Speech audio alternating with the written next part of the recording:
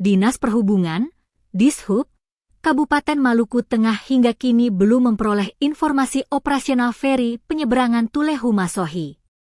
Hal tersebut terkonfirmasi langsung oleh Kepala Dinas Perhubungan Maluku Tengah, Ali Nurlete kepada tribunambon.com di Kota Masohi, Kamis, 11 Desember 2025. Ia mengaku hingga saat ini pihaknya belum diberi informasi apapun soal operasional moda penyeberangan itu. Diketahui penyeberangan Tulehu Masohi melalui dermaga Amahai di Pelabuhan Ina Marina Kota Masohi dilayani oleh feri PT Dharma Indah. Nurlete menyampaikan bahwa saat ini kapal feri dikabarkan masih dalam perbaikan. Dikonfirmasi soal tindakan lanjut salah satunya melalui ASDP, Kadis menyebut armada ASDP terbatas. Dijelaskan, lantaran keterbatasan armada, oleh sebab itu proses pergantian lintasan agak sulit. Hal itu disebabkan oleh status lintasan, di mana diakui Ali Nurlete bahwa tidak menjadi soal bila status lintasan diganti dari lintasan komersil ke perintis. Kepala Dinas Perhubungan Maluku Tengah itu bilang bahwa armada laut di Maluku Tengah terbilang sedikit.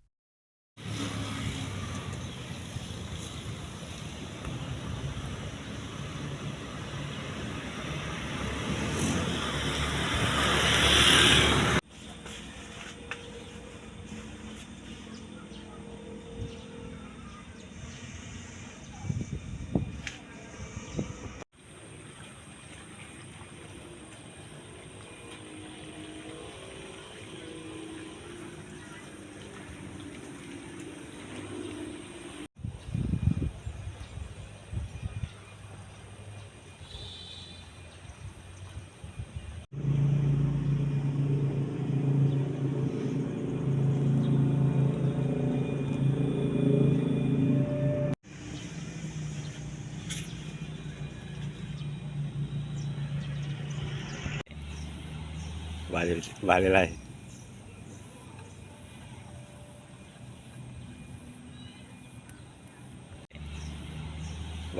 Balik lagi.